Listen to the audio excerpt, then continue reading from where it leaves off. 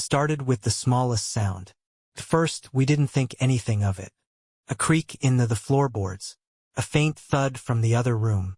It's an old house, we told ourselves that. But by the third night, we knew something was wrong. My name's Cameron, and my girlfriend, Lena, and I moved into this small house in Ashbrook, a quiet little town where nothing much ever happens. The kind of place where people leave their doors unlocked and neighbors wave from their porches. We found this house at the edge of town. A little fixer-upper. Cheap. Too cheap, honestly, but we figured it was because of how isolated it was. Just woods behind us, stretching for miles. The first few weeks were normal. We spent our days painting, unpacking boxes, and arguing about furniture. At night, we'd sit on the porch, listening to the sounds of the woods. Crickets, the occasional owl, the rustling of trees in the breeze. Felt peaceful. But that didn't last. The first weird thing happened about a month in. It was around 2 a.m. when I woke up to what I thought was Lena laughing. But it wasn't her laugh. It was too soft, too distant. I sat up in bed, my heart pounding. The room was dark, the only light coming from the sliver of moonlight sneaking through the blinds. I listened. Silence. I glanced over at Lena. She was still asleep, her back to me. Maybe I was just dreaming. But as I lay back down, I heard it again. The faint, giggling sound, coming from downstairs. The next morning, I told Lena about it. She laughed it off, saying it was probably just the house settling, or maybe some animal outside. I wanted to believe that, but it didn't feel right. By the end of the week, it got worse. It wasn't just laughter anymore. Things started moving around the house. We'd wake up to find chairs pulled out from the table, cabinet doors left wide open, and once the front door slightly ajar. I started locking it twice, but it didn't make a difference. Every morning it was the same. Then came the running. Started around the same time every night, 3 a.m. I'd wake up to the sound of footsteps racing down the hallway outside our bedroom. Fast. Like whoever it was didn't care about being quiet. The first night it happened, I jumped out of bed, thinking someone had broken in. I grabbed the bat from under the bed and flung the door open. But the hallway was empty. No open windows. No sign of forced entry. Nothing. Lena was freaked out, but we tried to stay calm. We told ourselves it was just our imagination, maybe the house playing tricks on us. But deep down, we knew it wasn't. Because by the fifth night, we both woke up to the same thing. Not footsteps, not laughter, but the sound of someone whispering our names. Cameron. Lena. Right outside our bedroom door. And when I opened it, there was no one there, but something was left behind. On the floor just outside our door was a small wooden box. I'd never seen it before. It was old, the wood dark and splintered, with a tiny rusted latch keeping it shut. I picked it up, feeling a strange chill run down my spine. Lena stood behind me, her voice barely a whisper. Don't open it. But I did. Inside the box was a single object. Something that made my blood run cold. It was a key, old and tarnished, with strange symbols etched into the metal. I didn't recognize them. I didn't want to recognize them. And tucked beneath the key, folded neatly, was a piece of paper. I unfolded it with trembling hands. One sentence was scrawled in shaky handwriting. Let us in. I didn't sleep that night. Neither did Lena. We just sat in bed, staring at the door, waiting for something to happen. But nothing came. Not that night. But the next night, that's when it really started. Because when we woke up the next morning, the key was gone. And the box? It was back outside our door. When we woke up, the first thing I noticed was the box. It was sitting right outside our bedroom door again, just like the night before. But the key was gone. I stared at it, my stomach twisting into knots. Lena didn't say anything at first. She just stood behind me, her arms wrapped tightly around herself. Like if she squeezed hard enough, it would all disappear. Finally, she whispered, Cameron, we need to leave. And for the first time, I agreed. We packed a few bags that morning, barely speaking to each other, just going through the motions. But as I reached for my car keys, something made me stop. The front door was wide open. I knew I had locked it the night before, double-locked it, but there it was, swinging slightly in the morning breeze. I stepped outside, heart pounding, and that's when I saw it. Footprints, leading from the woods behind our house across the yard and straight to our front door. But they didn't stop there. They led inside. I called out to Lena, telling her to stay put, but she followed me anyway. We followed the muddy footprints through the house, down the hall, into the kitchen, and straight to the basement door. The door was ajar, just a sliver, enough to see the darkness waiting below. I had never felt fear like that in my life, but I had to know. I grabbed the flashlight from the kitchen drawer and slowly pushed the door open. The old wooden steps groaned under my weight as I descended, Lena's shaky breaths close behind me. The basement was colder than it should have been, even for an old house, and it smelled like damp earth and something rotten. The footprints led straight to the back wall. But that wasn't what made my blood run cold. It was the door. A small metal door I had never seen before, built into the foundation, rusty with strange symbols etched into it, the same symbols that were on the key from the box. I didn't want to believe it.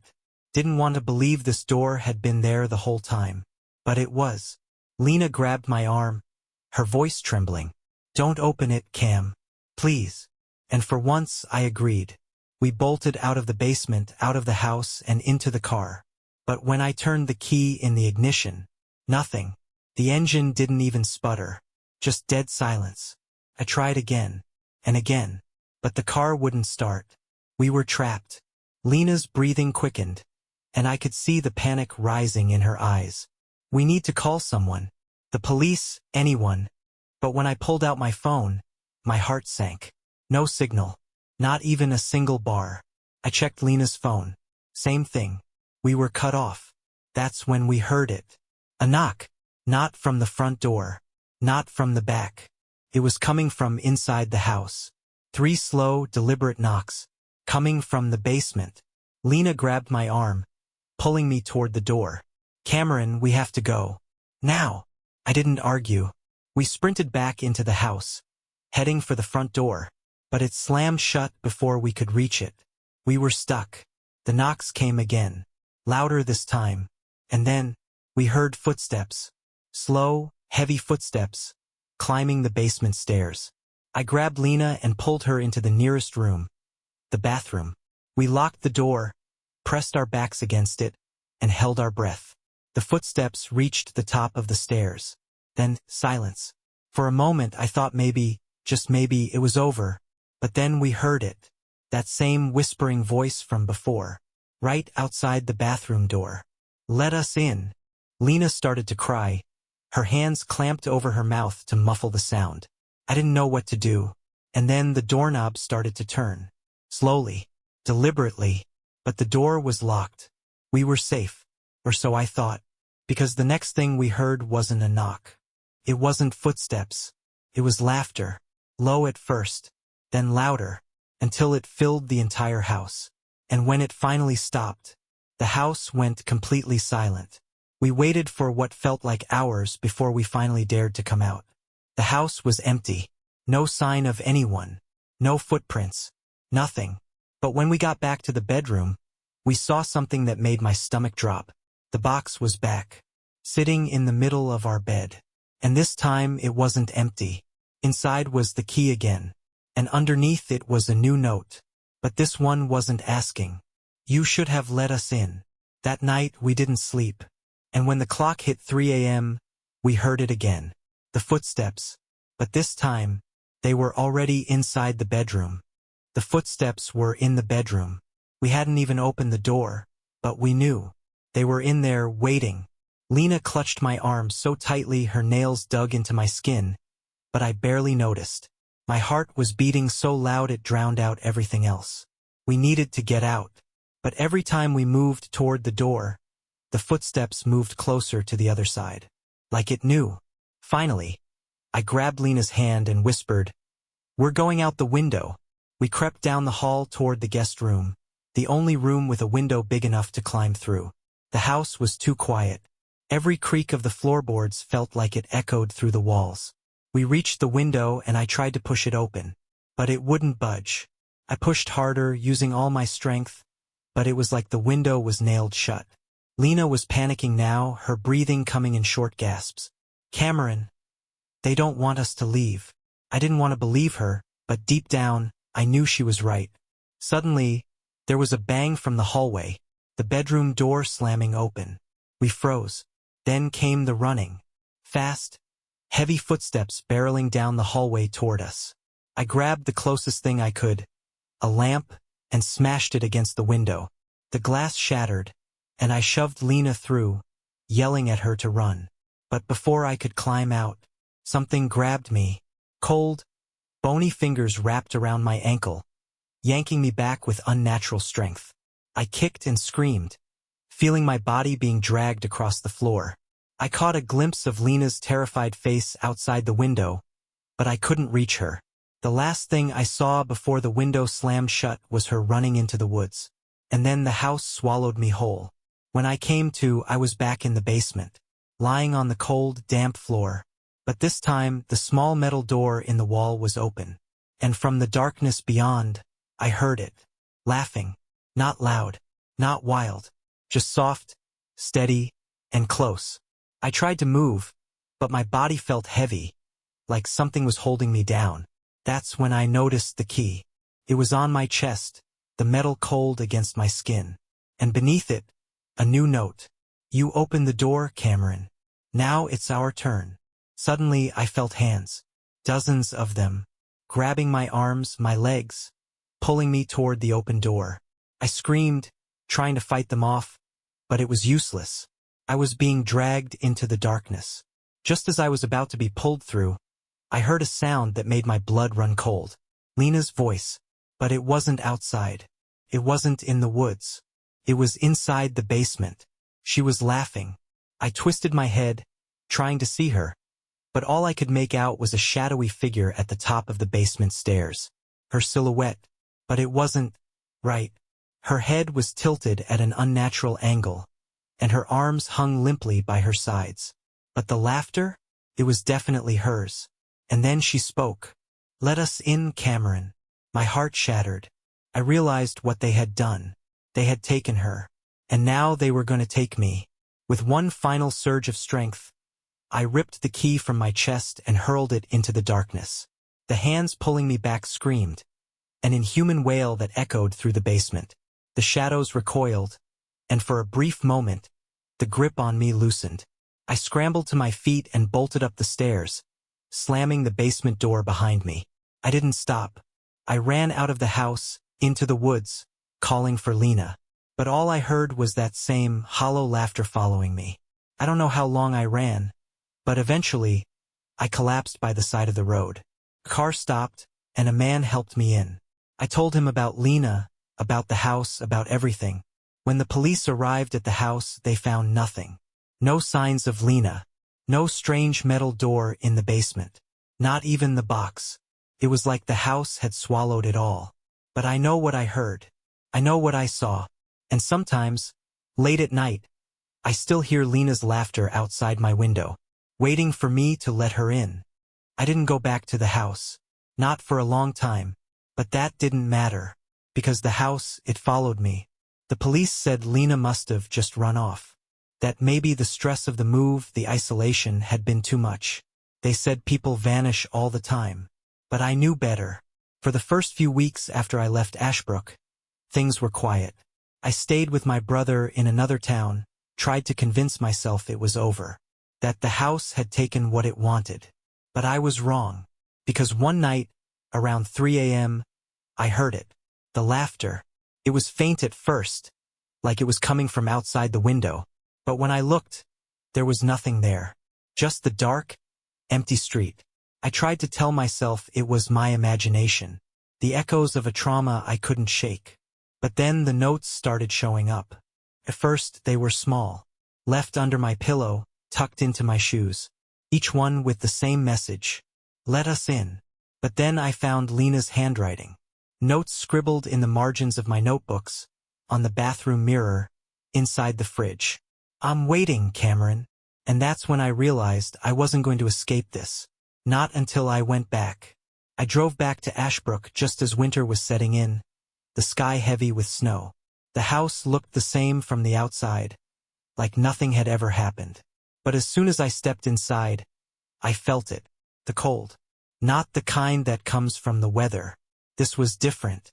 It felt like the house itself was alive, breathing in the shadows. I called out for Lena, my voice echoing off the walls. No answer. But when I reached the bedroom, I found the box. It was sitting on the bed, just like before. But this time the lid was already open.